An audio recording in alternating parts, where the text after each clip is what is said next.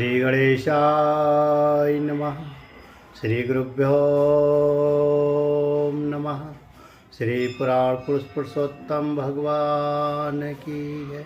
श्रीमद्भागवत महापुराण की जय। भक्तिहीन पुरुषों की गति और भगवान की पूजा विधि का वर्णन। राजा निमि ने पूछा, योगीश्वरों, आप लोग तो श्रेष्ठ आत्मज्ञानी और भगवान के परम भक्त हैं।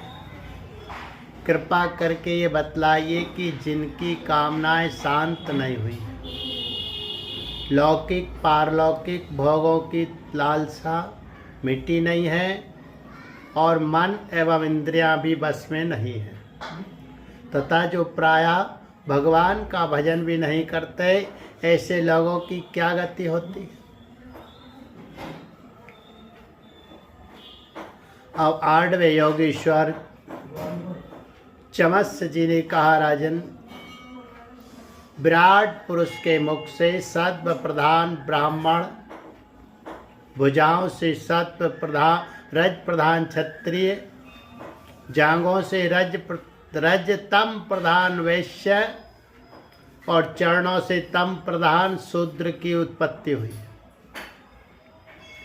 उन्हीं की जांघों से गृहस्थाश्रम, हृदय से ब्रह्मचर्य, वक्षस्थल से वानप्रस्थ और मस्तक से संन्यास, 4 आश्रम प्रकट हुए हैं। इन चारों वर्णों और आश्रमों के जन्मदाता स्वयं भगवान ही हैं। वही इनके स्वामी, नियंता और आत्मा भी है। इसलिए इन वर्ण और आश्रम में रहने वाला जो मनुष्य भगवान का भजन नहीं करता, बल्कि उल्टा उनका अनादर करता है, वे अपने स्थान, वर्ण और आश्रम और मनुष्य योनि से भी च्युत हो जाता है, उसका अधःपतन हो जाता है। बहुत सी स्त्रियां और शूद्र आदि भगवान की कथा और उनके नाम कीर्तन आदि से कुछ दूर पड़ गए हैं। वे आप जैसे भगवत भक्तों की दया के पात्र हैं। आप लोग उन्हें कथा कीर्तन की सुविधा देकर उनका उद्धार करें। ब्राह्मण, क्षत्रिय और वैश्य जन्म से, वेदाध्ययन से तथा योगी पवित्र आदि संस्कारों से भगवान के चरणों के निकट तक पहुंच चुके हैं। फिर भी वे वेदों का असली तात्पर्य न समझकर अर्थवाद में लगकर मोहित हो जाते हैं। उन्हें कर्म का रहस्य मालूम नहीं है। मूर्ख होने पर भी वे अपने को पंडित मानते हैं और अभिमान में अकड़े रहते हैं। वे मीठी मीठी बातों में भूल जाते हैं और केवल वस्तु शून्य शब्द माधुर्य के मोह में पड़कर चटकीली भड़कीली बातें कहा करते हैं। रजोगुण की अधिकता के कारण उनके संकल्प बड़े घोर होते हैं। कामनाओं की तो सीमा ही नहीं रहती। उनका क्रोध भी ऐसा होता है जैसे सांप का बनावट, और घमंड से उन्हें प्रेम होता है। वे पापी लोग भगवान के प्यारे भक्तों की हंसी उड़ाया करते हैं। वे मूर्ख बड़े बूढ़ों को नहीं, स्त्रियों की उपासना करते हैं। यही नहीं, वे परस्पर इकट्ठे होकर उस गृहस्थी के संबंध में ही बड़े बड़े मनसूबे बांधते हैं, जहाँ का सबसे बड़ा सुख स्त्री सहवास ही सीमित है। वे यदि कभी यज्ञ भी करते हैं तो अन्नदान नहीं करते। वे यदि यज्ञ भी करते हैं तो अन्नदान नहीं करते, विधि का उल्लंघन करते और दक्षिणा तक नहीं देते। वे कर्म का रहस्य न जानने वाले मूर्ख केवल अपनी जीव को संतुष्ट करने और पेट की भूख मिटाने, शरीर को पुष्ट करने के लिए बेचारे पशुओं की हत्या करते हैं। धन, वैभव, कुलीनता, विद्या, दान, सौंदर्य, बल और कर्म आदि घमंड से अंधे हो जाते हैं तथा वे दुष्ट उन भगवत प्रेमी संतों तथा ईश्वर का भी अपमान करते रहते हैं। राजन, वेदों ने इस बात को बार बार दोहराया है कि भगवान आकाश के समान नित्य निरंतर समस्त शरीरधारियों में स्थित है। वे ही अपने आत्मा और प्रियतम है, परंतु वे मूर्ख इस वेदवाणी को तो सुनते ही नहीं और केवल बड़े बड़े मनोरथों की बात आपस में कहते सुनते रहते हैं। वेद विधि के रूप में ऐसे ही कर्मों के करने की आज्ञा देता है कि जिनमें मनुष्य की स्वाभाविक प्रवृत्ति नहीं होती। संसार में देखा जाता है कि मैथुन, मांस और मद की और प्राणी की स्वाभाविक प्रवृत्ति हो जाती है, तब उसे उसमें प्रवृत्त करने के लिए विधान तो हो ही नहीं सकता। ऐसी स्थिति में विवाह यज्ञ और श्रोत्रावणी यज्ञ के द्वारा ही जो उनके सेवन की व्यवस्था दी गई है, उसका अर्थ है लोगों की उच्छृंखल प्रवृत्ति का नियंत्रण, उनका मर्यादा में स्थापन। वास्तव में उनकी ओर से लोगों को हटाना ही श्रुति को अभिष्ट है। धन का एकमात्र फल है धर्म, क्योंकि धर्म से ही परम तत्व का ज्ञान और उसकी निष्ठा प्रोक्ष अनुभूति सिद्ध होती है और निष्ठा में ही परम शांति है। परंतु यह कितने खेद की बात है कि लोग उस धन का उपयोग घर गृहस्थी के स्वार्थों में या काम भोग में ही करते हैं और ये नहीं देखते कि हमारा ये शरीर मृत्यु का शिकार है और वह मृत्यु किसी प्रकार भी टाली नहीं जा सकती। श्रोत्रामणि यज्ञ में भी सुरा को सूंघने का ही विधान है, पीने का नहीं। यज्ञ में पशु का आलवन स्पर्श मात्र ही विहित है, हिंसा नहीं। इसी प्रकार अपने धर्म पत्नी के साथ मैथुन की आज्ञा भी विषय भोग के लिए नहीं, धार्मिक परंपरा की रक्षा के निमित्त संतान उत्पन्न करने के लिए ही दी गई है। परंतु जो लोग अर्थवाद के वचनों में फंसे हैं, विषयी है, वे अपने इस विशुद्ध धर्म को जानते नहीं। जो इस विशुद्ध धर्म को नहीं जानते वे घमंडी वास्तव में तो दुष्ट है, परंतु समझते हैं अपने को श्रेष्ठ। वे धोखे में पड़े हुए लोग पशुओं की हिंसा करते हैं और मरने के बाद वे पशु ही उन मारने वालों को खाते हैं। ये शरीर मृतक शरीर है, इसके संबंधी भी इसके साथ ही छूट जाते हैं। जो लोग इस शरीर से तो प्रेम की गांठ बांध लेते हैं और दूसरे शरीरों में रहने वाले अपने ही आत्मा एवं सर्वशक्तिमान भगवान से द्वेष करते हैं, उन मूर्खों का अधः पतन निश्चित है। जिन लोगों ने आत्मज्ञान संपादन करके केवल मोक्ष नहीं प्राप्त किया, केवल मोक्ष नहीं प्राप्त किया है और जो पूरे पूरे मोड़ भी नहीं है, वे अधूरे ना इधर के हैं और ना उधर के। वे अर्थ धर्म काम इन तीनों पुरुषार्थों में फंसे रहते हैं।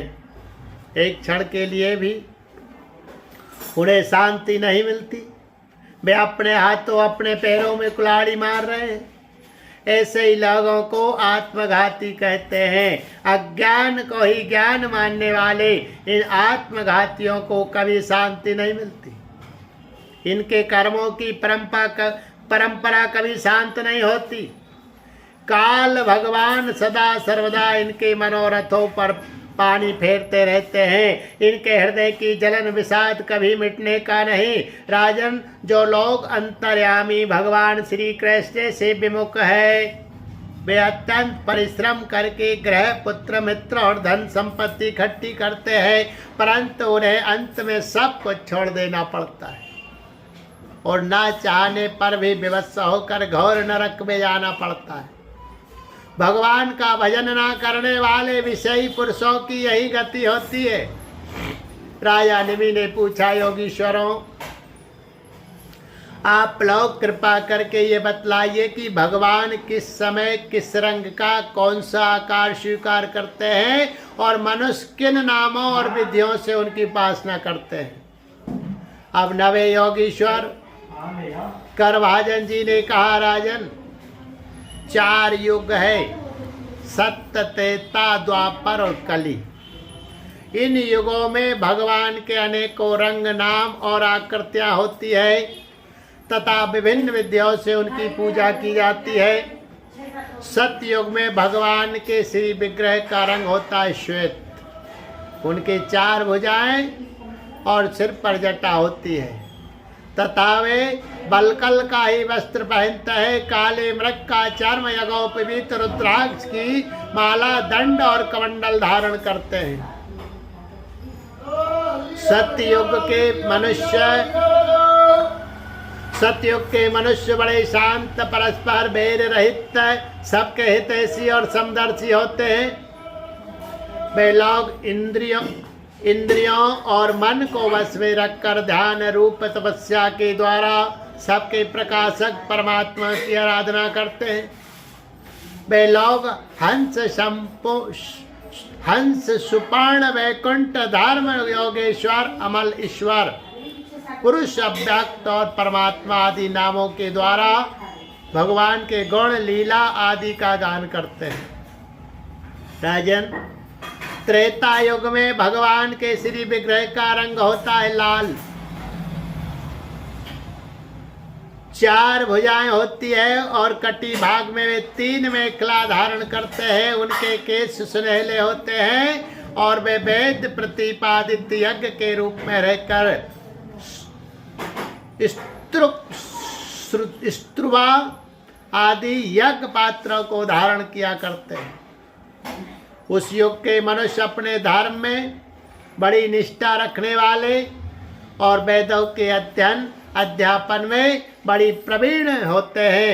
वे लोग श्रृंग वेद, यजुर्वेद और सामवेद रूपी वेद त्रयी के द्वारा सर्वदेव स्वरूप देवादिदेव भगवान श्री हरि की आराधना करते हैं।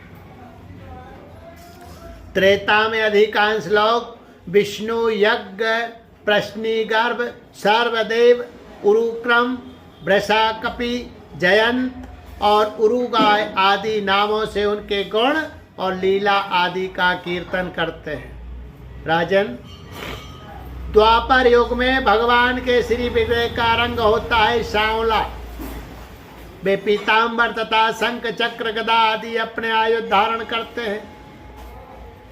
भक्ति स्थल पर श्री वत्स का चिन्ह, भ्रगुलता, कौस्तुभ मणि आदि लक्षणों से वे पहचाने जाते हैं। राजन, उस समय जिज्ञासु मनुष्य महाराजों के चिन्ह, छत्र, चंबर आदि से युक्त परम पुरुष भगवान की वैदिक और तांत्रिक विधि से आराधना करते हैं। वे लोग इस प्रकार भगवान की स्तुति करते हैं। हे ज्ञान स्वरूप भगवान वासुदेव एवं क्रिया शक्ति रूप संकर्षण, हम आपको बार बार नमस्कार करते हैं। भगवान प्रद्युम्न और अनिरुद्ध के रूप में हम आपको नमस्कार करते हैं। ऋषि नारायण, महात्मा, नर, विश्वेश्वर, विश्वरूप और सर्वभूतात्मा भगवान को हम नमस्कार करते हैं। राजन, द्वापर युग में इस प्रकार लोग जगदीश्वर भगवान की स्तुति करते हैं। अब कलयुग में अनेक तंत्रों के विधि विधान से भगवान की जैसी पूजा की जाती है, उनका वर्णन सुनो। कलयुग में भगवान श्री विग्रह होता है कृष्ण वर्ण, काले रंग का, जैसे नीलम मणि में से उज्ज्वल कांति धारा निकलती रहती है, वैसे ही उनके अंग की छटा भी उज्ज्वल होती है। वे हृदय आदि अंग, कौस्तुभ आदि उपांग, सुदर्शन आदि अस्त्र और सुनंद प्रभृति पार्षदों से संयुक्त हो रहते हैं।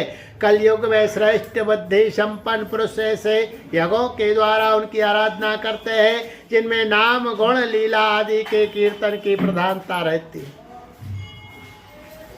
वे लोग भगवान की स्तुति इस प्रकार करते हैं, प्रभु आप शरणागत रक्षक है, आपके चरणारविंद सदा सर्वदा ध्यान करने योग्य, माया मोह के कारण होने वाले सांसारिक पराजयों का अंत देने वाले तथा भक्तों की समस्त अभीष्ट वस्तुओं का दान करने वाले कामधेनु स्वरूप है। वे तीर्थों को भी तीर्थ बनाने वाले स्वयं परम तीर्थ ईश्वर है, तीर्थ स्वरूप है। शिव ब्रह्मा आदि बड़े बड़े देवता उन्हें नमस्कार करते हैं और चाहे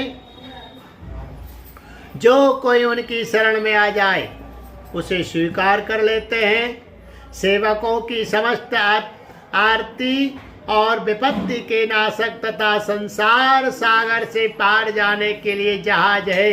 महापुरुष मैं आपके उन्हीं चरणारविंदों की वंदना करता हूँ। भगवान आपके चरण कमलों की महिमा कौन कहे। रामावतार में अपने पिता दशरथ जी के वचनों से देवताओं के लिए भी वांछनीय और दुस्तज राजलक्ष्मी को छोड़कर आपके चरण कमल बन बन घूमते फिरे। सचमुच आप धर्मनिष्ठता की सीमा है और महापुरुष अपनी प्रेयसी सीता जी के चाहने पर जानबूझकर आपके चरण कमल माया मृग के पीछे दौड़ते रहे। सचमुच आप प्रेम की सीमा है प्रभु, मैं आपके उन्हीं चरणारविंदों की वंदना करता हूँ। राजन, इस प्रकार विभिन्न युगों के लोग अपने अपने युग के अनुरूप नाम रूपों द्वारा विभिन्न प्रकार से भगवान की आराधना करते हैं। इसमें संदेह नहीं कि धर्म अर्थ काम मोक्ष सभी पुरुषार्थों के एकमात्र स्वामी भगवान श्री हरि ही है। कलयुग में केवल संकीर्तन से ही सारे स्वार्थ और परमार्थ बन जाते हैं। इसलिए इस युग का गुण जानने वाले सारग्राही श्रेष्ठ पुरुष कलयुग की बड़ी प्रशंसा करते हैं, इससे बड़ा प्रेम करते हैं।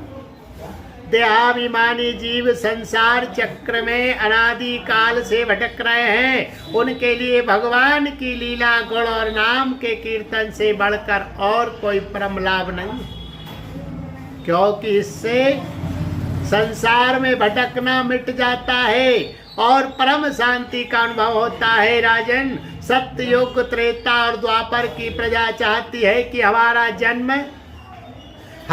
जन्म कलयुग में हो, क्योंकि कलयुग में कहीं भगवान नारायण के शरणागत उन्हीं की आश्रय में रहने वाले बहुत से भक्त उत्पन्न होंगे। महाराज विदेह कलयुग में द्रविड़ देश में अधिक भक्त पाए जाते हैं, जहाँ ताम्रपर्णी कृतवाला पयस्विनी परम पवित्र कावेरी महानदी और प्रतीची नाम की नदियां बहती।